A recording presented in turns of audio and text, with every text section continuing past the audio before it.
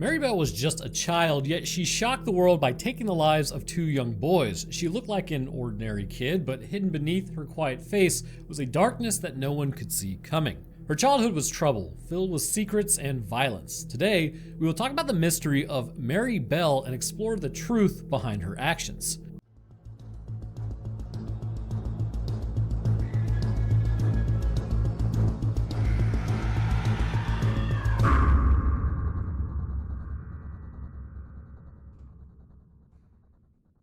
On May 26, 1957, a baby girl named Mary Bell took her first breath. Her childhood began in Scotswood, a rough, crumbling corner just 3 miles away from the heart of Newcastle, England. This wasn't the kind of place with clean parks and happy homes. It was full of broken buildings, shattered glass, and narrow streets where coal dust floated in the air like a dark snow. Men worked long, hard hours in coal mines and noisy factories. Many had no jobs at all, and some drank too much. Fights were also fairly common. Life here was pretty tough, maybe as hard as it got in all of Great Britain.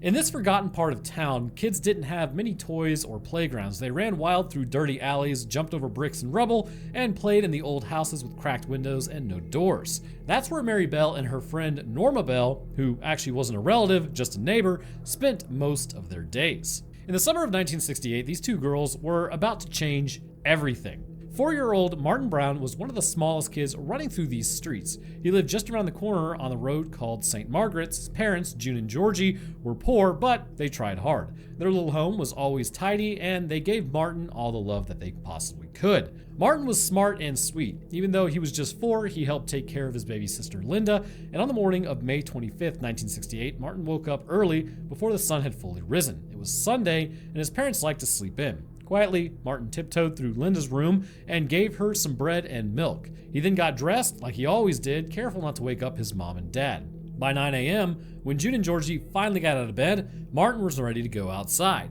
He told them that "I'm going out to play." They smiled and nodded. They didn't know that they'd never see their little boy again. A few hours later, 2 men working on a house that was being torn down saw Martin wander past. He wore a blue coat buttoned all the way up, the sky was cloudy, and rain was on its way. At 11 a.m., Martin stopped by his Aunt Rita's house just down the road. He would walk right through the open door like he always did, and Rita was still sleeping, and when she opened her eyes, she was startled to see Martin standing right next to her bed. She would snap at him to get out, still half asleep and annoyed. Martin's eyes would then well up with tears because he loved his Aunt Rita, and he just got totally, yelled at. Sort of like being yelled at by, I guess, like your favorite teacher when you were in school. It's just like, oh, God. But luckily, Rita's mother, Martin's great aunt, was downstairs and feeling kind. She made him a warm egg on toast, something simple and comforting. Later, Rita came downstairs and gave Martin a hug. She was sorry for shouting, and he smiled and then left the house soon after. Not long after that, 2 other girls showed up at Rita's door, 10-year-old Mary Bell and 13-year-old Norma Bell.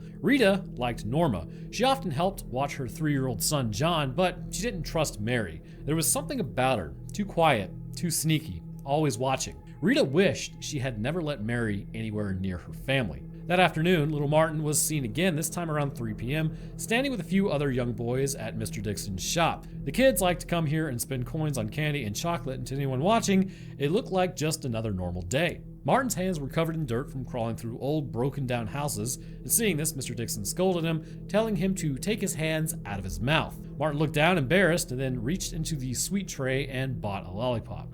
He left the shop and then wandered back to his Aunt Rita's house, and by now, he was completely filthy, his clothes, his face, even his hair, all smudged with coal dust and mud. Rita took one look at him and said, "Go wash yourself." Martin didn't argue, but he was hungry, so he asked if he could eat dinner at her house later. "For now," Rita said, handing him a plain slice of bread with margarine. "No butter today, I'm saving that for Sunday tea." Martin hated margarine. He frowned and shouted, "I'm not coming to your house, no bloody more," and stormed out the door in a huff, and that was around 3:30 p.m. Just minutes later, across the street, 3 boys ages 16, 14, and 8 were climbing through the half-demolished buildings collecting old wooden boards. They were building a pigeon coop and needed scraps to finish it. Suddenly, one of the boys let out a scream, like a real scream, loud enough for nearby workers to hear. 2 men came running, their boots crunching over gravel and broken glass. Inside the cold, dusty house, the smallest boy pointed upstairs, his face pale, almost ghost white. "Up there," he whispered, "in the bedroom."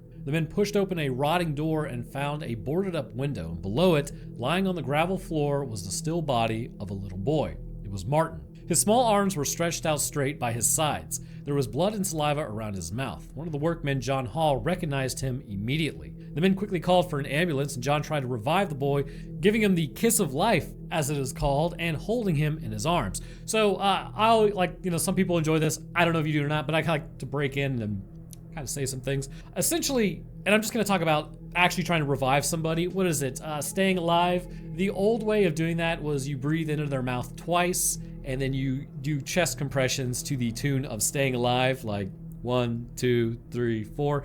You do those 30 and then 2 more breaths. The kind of literature now says you just have to do chest compressions because as you compress the lungs and then they expand back out, it will draw in air and it'll draw in more, oxygen rather than just carbon dioxide that you're going to be breathing mostly into their mouth. So it is kind of changed, through time. So if you ever need to revive somebody, just know that that's typically what they say to do now. That's at least what I learned in EMT school. And that is confirmed by the American Heart Association of how to revive somebody because they want you focusing on actually doing chest compressions rather than worrying about breathing. There is actually a lot of stored up oxygen, mostly in the blood. The problem is when your heart stops, that oxygen is no longer moving to the brain. So by doing just chest compressions, you're actually able to more rapidly get that blood moving instead of stopping it to give them a breath. And then that may or may not even be helpful to begin with. So that's kind of, I believe, why that has changed at this point. As they continue trying to revive Martin, his body felt cold, and to John, he already looked fairly dead. The teenage boys, Walter and Fred, backed away in shock. They went into another room to try to calm down, but then, out the window, they saw something that was fairly odd. 2 girls were walking down the street. Both had dark hair, and one of them was Mary Bell. Walter later said he met Mary and her friend Norma actually on the stairs. "You can't come in," he told them. "There's something awful up there." Mary just stared at him and said, "I already know." But Walter blocked the way. He wouldn't let them pass, so Mary and Norma turned and then walked straight to Rita's house. Inside, Rita was in her kitchen, cooking up sausages with curlers in her hair. She looked up, surprised, when Mary suddenly said, "You better come outside." Rita followed them, kind of confused. "One of your sister's kids had an accident," Mary said. "We think it's Martin, but we can't tell. There's blood all over him." That wasn't exactly true, but the girls seemed eager to upset Rita. Rita then dropped the sausages in the pan and ran down the street, her shoes slapping the pavement as she went. Inside the house, she found Martin lying still on the floor. A man knelt beside him, trying to bring him back to life. "He's asleep," Rita said, almost whispering. "He'll wake up in a second." But deep down, she already knew what was happening. By now, someone had run to Martin's home and told his parents. June, his mother, arrived moments later. She found Rita still shaking and crying. "He's just sleeping," Rita kept saying, but June didn't believe it. She later said, "I knew that he was dead." The room was silent except for the quiet gasps of people crying, but no one knew how Martin had died. There was no signs that he had fallen. The hole in the ceiling was too far from where his body lay. Nothing heavy had ended up striking him, and he hadn't hit his head. So how does a happy little boy just drop dead in a dusty bedroom? That night, the pathologist, Dr. Bernard Knight, looked for answers, and he found none. Martin had been absolutely healthy. There were no signs of poison, though old bottles were found nearby. No signs of injury, just one small bruise on his knee. No bruises on his neck, no signs of a struggle. After Martin's sudden death, it was ruled an accident. Since there were no clear signs of foul play, detectives didn't investigate any further, and that was it. June and Georgie were left with nothing but questions and heartbreak. Their little boy had simply collapsed and died, and no one knew why. The very next day, Sunday morning, 2 familiar faces showed up at Rita's house. It was Mary and Norma. Rita was still shaken from what she had seen. She was cooking, trying to keep herself busy with her normal Sunday routine going. With 4 kids at home and meals to prepare, it wasn't easy. So when Mary and Norma offered to take her 3-year-old son John outside to play, Rita felt thankful. She thought it was sweet of them, thoughtful even. But something didn't feel right. The girls came back every day after that, always asking to take little John outside, and each time, Mary asked strange questions. She looked right into Rita's eyes and asked, "Do you miss Martin, and do you cry for him?" Sometimes she even smiled while asking, and that's when you just absolutely backhand the living hell out of that little Anyways, you shouldn't do that because you don't know if they did something. One time, both girls stood there grinning and asked, "Does Martin's mom, June, miss him too?" Look, I'm gonna be real with you. If I had like one of my family members kind of have something horrible happen to them, and then I have these two showing up saying things like that. I'd be like, yeah, I think it's time for you to permanently leave my home. You have about 3 seconds. Anyway, so that's when Rita had enough. She told them to leave and never come back. There you go. Deep down, she felt uneasy. Why were they playing with her emotions like that? She didn't understand what was going on, but something was off. Later, she would say she had no idea how cruel children could actually be. Just one day after Martin's death, May 26, Mary Bell turned 11. That morning, she took her dog, Elaine, to the park. Most kids in the neighborhood were scared of the dog, especially Susan, who was Norma's younger sister. Mary and Susan were alone when Mary suddenly asked, "Where's my birthday card?" Susan said she had sent one, but Mary didn't believe her. In a flash, Mary grabbed Susan by the throat. Her hands squeezed tight, and Susan could barely breathe. She fought hard and managed to escape, running for her life. But Mary wasn't done. She pointed at Susan, then told her dog to chase her. Susan screamed all the way home. Her mother heard her cries, flung open the door, and saw Mary still with her hands around her daughter's neck. The mother pulled them apart and yelled, "What is wrong with that girl?" The next morning, Monday, teachers arrived at the local nursery and were shocked. Vandals had broken in through the roof. Inside, desks were flipped, books were torn apart, and a strange smell filled the air. Chemical sprays had been released onto the floor, but that wasn't all. On the ground, the police found notes, pieces of paper with messy, childish handwriting. The words looked like a confession. Someone had written about the murder of the little boy. The writing was hard to read, filled with curse words and confusion, like something a child growing up around angry adults might say. The police thought it was just a prank, but took the papers back to the station and then helped the nursery install an alarm. The same day at that school, Mary's class was asked to write in their news book a simple journal where kids wrote about their weekend. Mary's entry would go on to just completely shock her teacher. She was the only student who mentioned Martin's death. She even drew a picture of a dead child and then wrote that she had been nearby when it happened.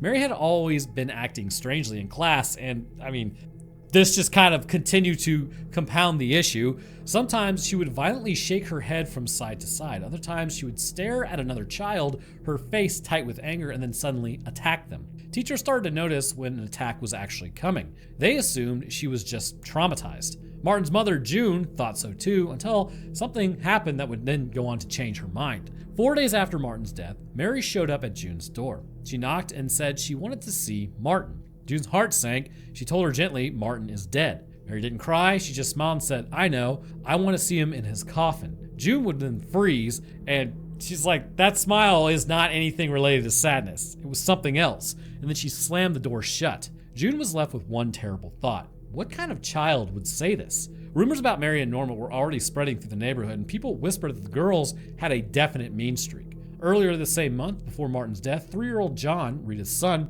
had been found wandering down St. Margaret's Road. Blood dripped from a cut on his forehead, and no one knew exactly what had happened. John later told the police that he had been playing near an old raid shelter with Mary and Norma when they pushed him off. The fall was about 7 feet, high enough to actually be deadly. But police weren't sure if he had actually been pushed or if he had slipped and then confused the memory. The same evening, 3 girls, Cindy, Pauline, and Wendy, claimed that Mary and Norma had tried to strangle them in the sandpit. One of these girls, Pauline, told officers the girl with the short dark hair wrapped her hands around her neck and then let go and did the same thing to Susan. All 3 of them ran home terrified, and police then would go straight to Mary and Norma to question them. Mary gave a calm statement saying they found John staggering and bleeding behind the sheds with vomit on his coat. She claimed she didn't even know he got hurt. Norma's statement echoed Mary's, but when asked about the girls in the sandpit, Mary denied hurting anyone and suggested it was Norma who had seen Pauline fall and hit her throat on the sandpit edge. Norma's story was far more alarming.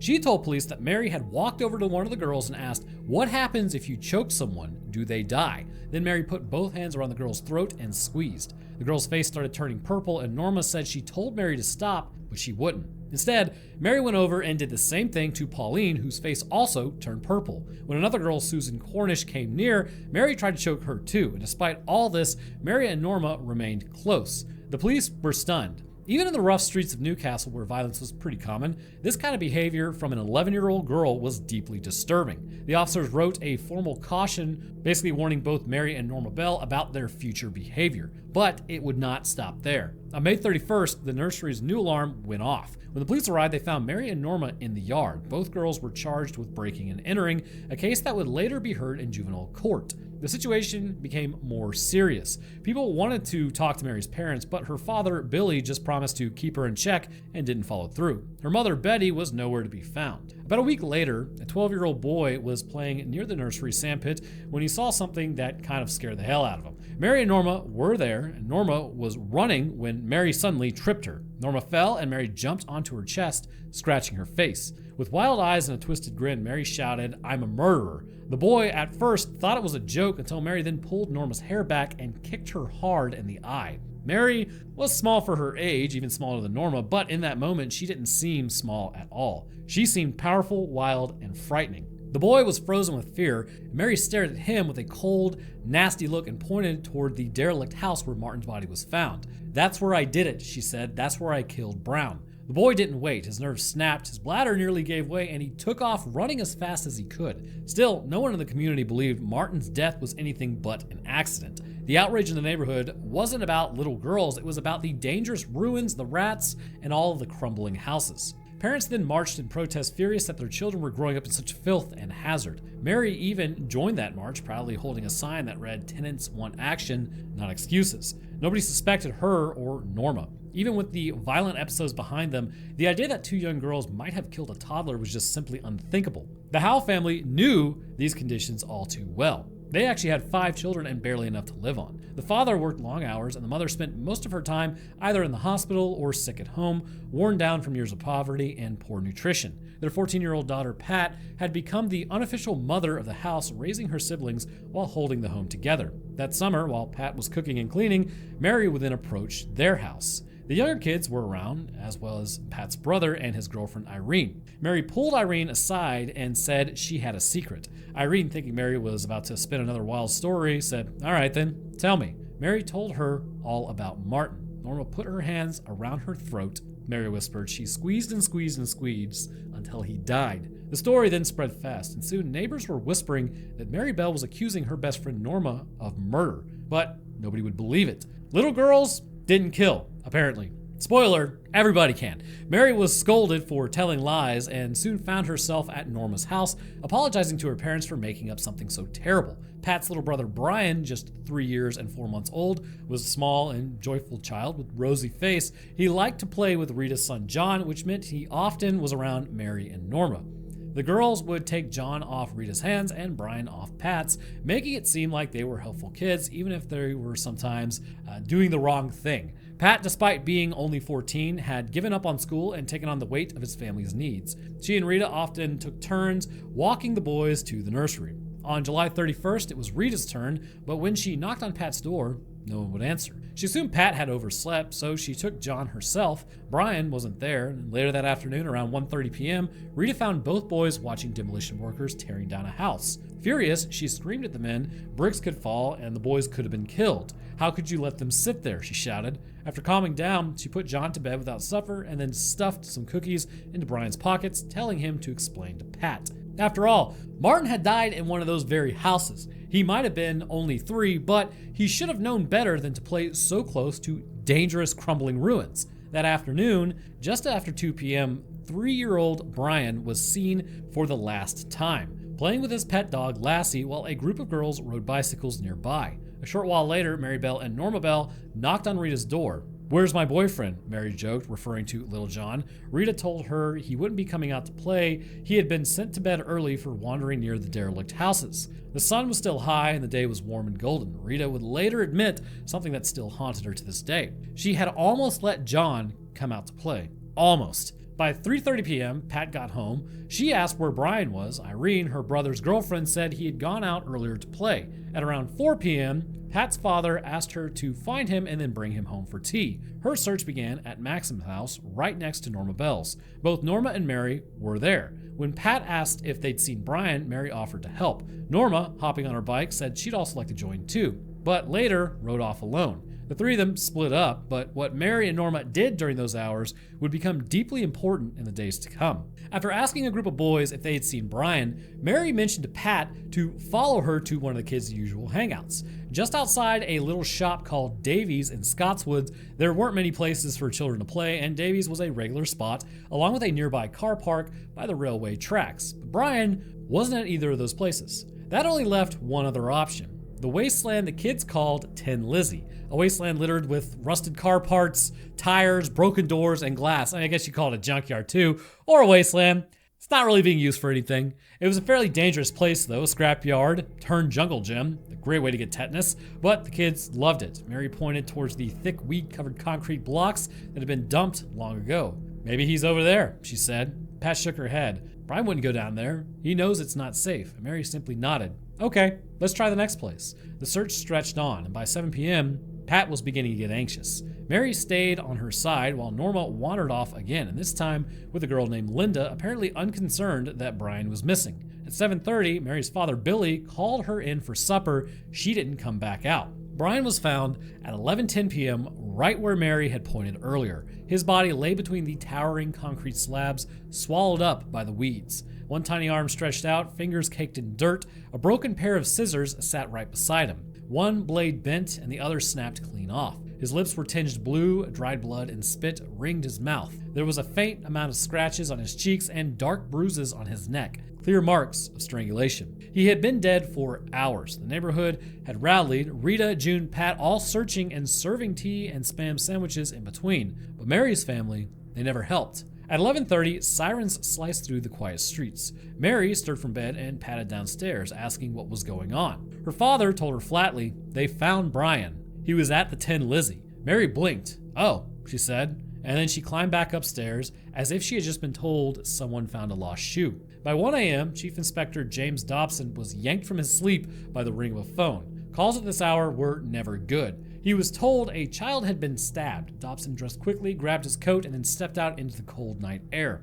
He drove through the silent streets towards the wasteland, toward a crime scene that would soon shake the entire town. This was now the second dead child in Scotswood in just a few months. Chief Inspector James Dobson couldn't shake the memory of little Martin, which was obviously the first boy, but something about that case just never sat right with him. He called it an accident, but deep down, it didn't feel like one. And now, here was Brian, almost the same age, lying dead in the weeds. The pathologist's early report was fairly disturbing. Brian had scratches on his face and neck and faint marks near his nose, as if someone had pinched his nostrils shut. More troubling were the cuts near his scrotum, hinting at something fairly dark. 6 stab wounds, none of them deep, pierced his calves, legs, and back. It looked more like someone had been practicing than trying to kill. These were the kind of wounds a child might inflict, said Dr. Bernhard Tomlinson. He believed Brian had died between 3:30 and 4:30 p.m. after he'd been seen with the girls and long after Rita had sent him inside with biscuits. The cause of death, likely strangulation, but light pressure. Too light for an adult. Brian's stepbrother, Albert, was the one who had to identify the body. He was already in tears when he met Dobson at Newcastle General Hospital and nearly collapsed when they pulled back the sheet. That night, Dobson set up a murder room that detectives from all over the region began to pour in. For 8 days straight, they slept on cots inside the station working night and day. A child had been murdered, and people were terrified. They knocked on over 12,000 doors in Scotswood, and every child in every house was spoken to. Kids still played outside, but now they clung together in larger groups. Who's next? People would whisper. Among the many statements they gathered, 2 would stand out: Norma Bell and Mary Bell. One officer noted that Norma kept smiling during the questioning, as if it was all a joke. Her mother had to keep telling her to answer the questions properly. In her final statement, Norma said she last saw Brian around 12:45 p.m. playing with his brother and 2 girls. She claimed not to know who those girls were and said later that she had made pom-poms with her friends, something the police marked as verified. That might have given her an alibi, but she was still one of the last people to be seen with Brian alive. The officer then stepped next door to interview Mary Bell. From the moment he entered, he felt that something was off. No feeling of home, he later wrote in his notes, just a shell. The only sign of life was a large dog barking endlessly from another room. Mary was just 11 years old and was unlike any other child he'd ever spoken to before, evasive, guarded, and alarmingly calm. She answered questions, but not directly, often glancing at the man beside her for approval. The officer asked, "Are you her father?" And the man replied flatly, "No, I'm her uncle." And where were her parents? She's only got a mother, and she's away on business, apparently. The officer had a sinking feeling. Mary's words were careful, rehearsed even. In her statement, she claimed the last time she saw Brian was around 12:30 p.m. on White House Road. She insisted she hadn't gone near the railway lines or the Tin Lizzie the entire day. "I've been down there before," she said, "but not for the last 2 months. There was no way to confirm any of it, at least not yet." But something about Mary and Norma continued to not sit right. The constable's instincts told him to follow up, so he went back to speak with Norma again. This time, she added a new detail. At around 3:15 p.m., she said she had gone out the back way and then met with Mary. The two girls then crossed through their gardens and played in the street until about 5 p.m. After that, Norma believed Mary went home, and she didn't see her again until about 7 p.m. When Mary was alone in the back lane behind the houses, the timeline now has a glaring hole. Mary's own words were basically that she had never been near the crime scene at all. Norma, though, placed her outside for hours and alone when Brian's body was likely dumped. The detectives had a shocking question forming in their minds, a question that they couldn't yet answer. Where had Mary really been between 5 p.m. and 7 p.m.?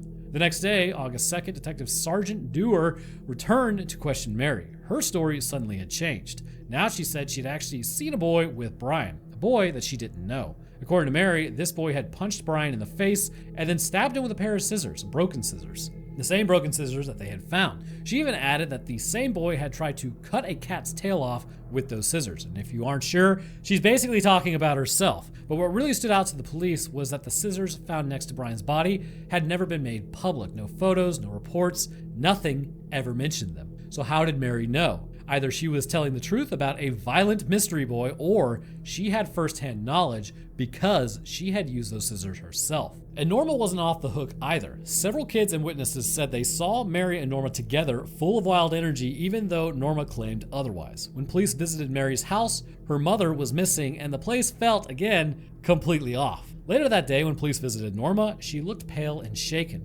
Chief Inspector Dobson told her that anything she said could be used as evidence, and that's when Norma began to speak. She told the police that the day before Brian had died, she and Mary had gone to the Tin Lizzie. There, Norma tripped on something. It was Brian's head. She said he was covered in grass, but his face was visible, and he was very clearly gone. Norma described how Mary ran her fingers along Brian's lips and said she liked it. Mary had told her she held Brian's nose and mouth until he stopped breathing and enjoyed watching him die. Then Mary showed Norma a small cut on Brian's stomach and claimed she made it with a razor, which she hid under a block. The police then went with Norma to the scene, and sure enough, they found the razor exactly where she had said. Norma even lay down and reenacted Brian's position perfectly. At the station, she gave a full statement with her father beside her, explaining how Mary had shown no fear of death. She ended up saying Mary had once told her she'd seen other dead bodies, and she really wasn't that scared. She didn't tell anyone earlier, she said, because she was afraid and because Mary might do the same thing to someone else's kid. That night, when the police returned to Mary's home, Billy got drunk and was just sitting there watching TV. He told them to get Mary themselves, and at the station, when confronted, Mary yelled, "I killed her." Not exactly the best reaction, so she called Norma a liar over and over again, insisting she was always the one getting blamed. She kept it up for hours, impressing even the detectives with her sharp language. And at one point, she accused them of trying to brainwash her and said she'd get a solicitor. And in the end, they had to let her go. Norma made yet another statement, adding more grim details about what had been done to Brian's body, but still the police lacked enough evidence to charge Mary until the day of Brian's funeral, when Mary was seen laughing and rubbing her hands as the coffin passed, confirming Dobson's suspicions. Mary then gave a new statement, shifting blame onto Norma and describing in disturbing detail how she supposedly watched Norma strangle Brian, bang his head, and then later cut him with the scissors they retrieved from the street, all while Mary claimed she tried to stop her. Though Mary insisted she wasn't capable of killing anything and framed herself as an unwilling bystander, her strange calmness, advanced vocabulary, and emotional detachment told a very different story. Later, she was formally charged and responded with a chilling smile. While Norma wept uncontrollably, Mary remained disturbingly composed, even cheerful, worrying about her worn shoes for court and staying up all night singing in her cell. Psychiatrists found her calculating, manipulative, and unusually intelligent for her age, while Norma appeared to be of a lower ability, more childlike and passive. As it turns out, Mary's mother, Betty, was a sex worker who often vanished for long periods, and her home life was neglectful at best. Whether Billy was her father was actually completely unclear, but he certainly showed no care for her. As the trial approached, it became obvious Mary was not just a troubled child, she was outright dangerous. Handwriting analysis linked her to threatening notes after Martin's death, pointing to her as the driving force, with Norma caught in her cruel shadow. Though her defense claimed her horrific upbringing had warped her sense of right and wrong, the press showed no sympathy, branding her a monster and a bad seed, unfit for freedom. In the end, the key question wasn't just about guilt, it was about what kind of child Mary Bell really was. Dr. David Westbury, a home office psychiatrist, tested during the trial that Mary Bell had a psychopathic disorder, something the trial brought to light along with the deep neglect many working class children in northern England endured. But unlike most neglected children, Mary had killed for what appeared to be fun. Despite her horrific upbringing, Mary had people who cared about her. Her grandmother, her aunts, her uncles, all described as decent, hardworking people. Yet even they carried guilt, with one of her aunts later telling a writer that they were all to blame because they had kept silent about the ugly truth of Mary's childhood. Mary's mother, Betty, had grown up in poverty in Glasgow, was pregnant as a teen, and reacted with disgust when Mary was born, refusing to hold her. One aunt recalled being called to the hospital multiple times when Mary's stomach had to be pumped, and Betty's response was always to shift the blame. A young neighbor even claimed she saw Betty give Mary Smarties in the yard, which were likely pills. The same child was later killed in a traffic accident while playing with Mary. When Martin Brown died, Mary kept bringing up the time her mother gave her the pills. Martin's cause of death was never confirmed, but some people wondered if maybe pills were involved. Could Mary have done to Martin what her own mother may have done to her? Some believed Betty may have tried to kill her daughter, or perhaps she had Munchausen by proxy, poisoning Mary for sympathy. The courts never heard that part, though. On December 17, 1968, after 3 hours of jury deliberation, the verdicts were read. Norma Bell was found not guilty of both murder and manslaughter and clapped with joy, her father gently guiding her gaze to the judge. Mary, however, was found guilty of manslaughter on the grounds of diminished responsibility and broke into sobs. She was acquitted of murder, but her fate was sealed. Mr. Justice Cusack called her a grave risk to other children and said she should be detained indefinitely. No comfort came from her parents. Billy sat with his head in his hands, while Betty looked vaguely relieved. Neither embraced Mary, and the courtroom understood the unspoken truth, that this girl had always been alone. Her solicitor whispered quietly into her ear after the verdict, the only person who offered her any words. Soon after, Mary was sent to a secure unit, and while there, psychiatrists often said that she was a psychopath. There's a theory that extreme trauma in early life can actually flip a switch in the brain, shutting down emotions in order to basically favor survival. Whatever the cause, Mary told authorities she never wanted to see her mother again. She did, however, visit her father, Billy, in prison during one of his armed robbery sentences, and she wept. Mary was brilliant but broken and deeply disturbed. Staff reported that hamsters given to her were later found dead with broken necks, though one teacher bizarrely defended her by pointing out that she hadn't killed her budgergar, or as it's known, parakeet. And despite her intelligence, Mary remained manipulative. She accused male staff of the unit of a certain type of misconduct, but under scrutiny, her testimony would continue to crumble, false claims, conflicting stories, and a clear pattern of fantasy and fabrication. One such case even went to court, but Judge Openshaw told the jury that Mary had told 4 different versions of the events and that none were believable. She is fabricated, the judge declared. She is a very sick child. This led many to wonder, could a child twisted by such events be so detached from empathy? Could they ever truly recover or function outside of institutions? In 1976, hope briefly flickered. Mary was in an open prison studying secretarial work, but by year's end, she escaped with another inmate. They hid in Blackpool, stayed in hotels, and played games in arcades. Mary, who had never known love, slept with a man, a former prisoner. In 1977, that man told the press, "There were no evil demons in her when we made love." Mary was 20. He said they made love all night, and it was her first time. When the story came out, the public was absolutely shocked. Mary and her friend, a sex worker from Leeds, had dyed their hair and used disguises, but they were caught and then sent back to prison. Mary got 28 more days, and in 1980, she was released and given a new identity. By 1984, she had a daughter who knew nothing about her mother's past until 1998, when reporters tracked them down. The press spoke with Mary's partner, a 40-year-old man described as rough around the edges but deeply in love with her. He claimed Mary was gentle and guilt-ridden, and that she always wanted to work with children, a chilling desire given her past. In 2003, the courts granted Mary and her daughter lifelong anonymity. Author Gitta Serini, who knew Mary well, said Mary didn't deny her past, but tried to explain how such evil could grow in toxic soil. Mary herself wrote at 16 that the enormity of her crime had finally hit her, that she had taken a life and could barely think of it. But the real question remains, did Mary Bell ever truly change? Because today, she is walking free, hidden behind a new name, her past sealed away from the world. So, obviously, at the end here, I like to break in. This type of stuff, okay, so psychopathy, I don't even really know if psychopathy is what it's standardly called now, but essentially the function behind psychopathy, which, like I said, there's going to be a psychologist or a therapist or somebody's like, well, that doesn't actually exist. So it's very possible that my terminology may just be older, but essentially there's two possible ways that it develops. Either it's genetic or it's environmental.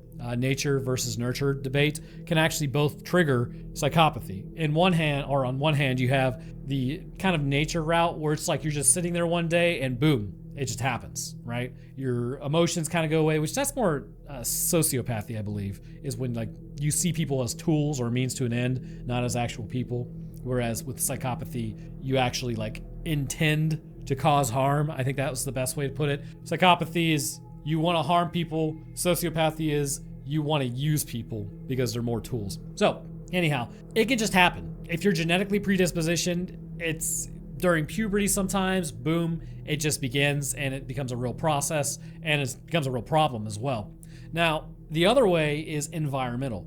You may have a genetic predisposition, but if the parameters are never met and you're never in a situation that triggers it, then it never actually presents itself. So obviously, given her childhood, that's pretty messed up childhood. And there's no telling what's actually was going on during that time frame. Now, don't get me wrong. I think I'm a big proponent of if you intentionally take a life, well, okay, then yours needs to subsequently probably be taken as well. And this is probably, I would have to say, just for my own edification on this to tell you guys, probably more associate that with adults than with actual children, because when you are that age, your frontal lobe isn't developed. You are running pure emotion because you don't have the ability to control yourself.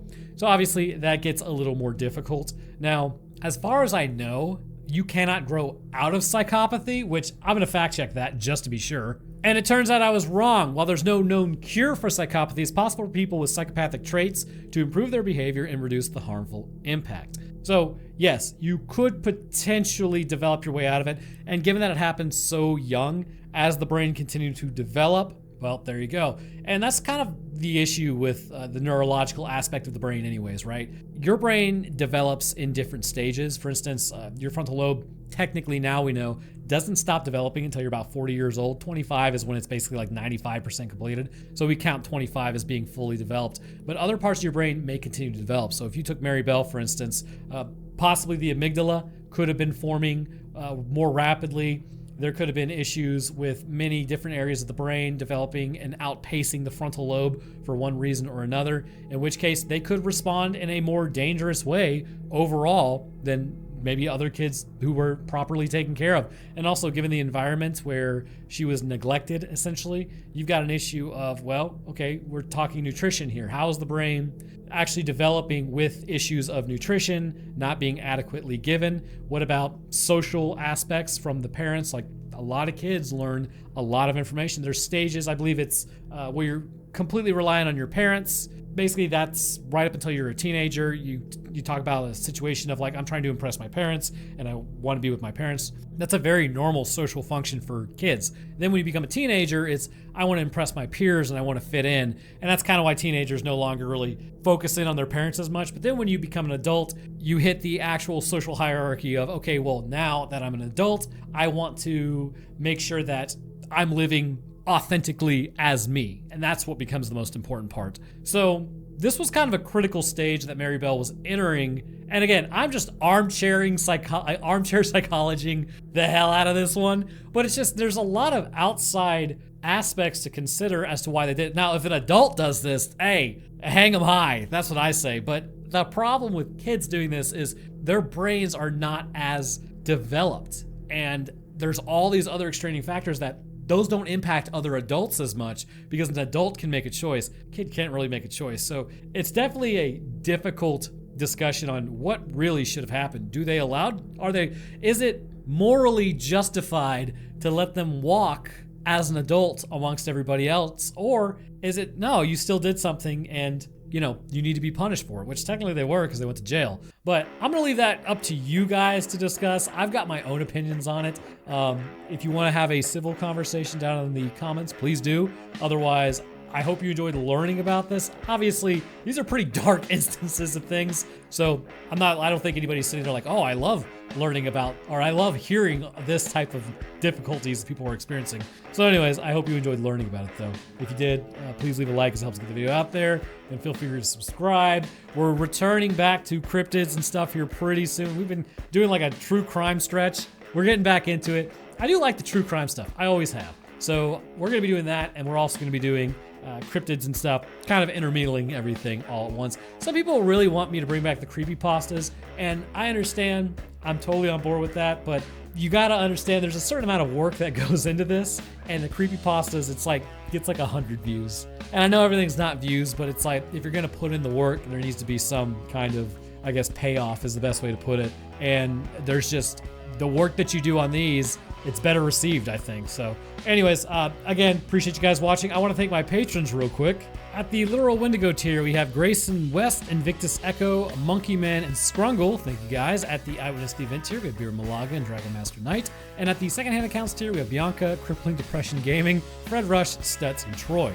And the rest of my patrons, I do appreciate y'all's support as well. There's a long ways towards helping out, so thank you. But all right, that's going to do it for me. I hope you guys enjoyed learning about this, and I'll see y'all in the next one.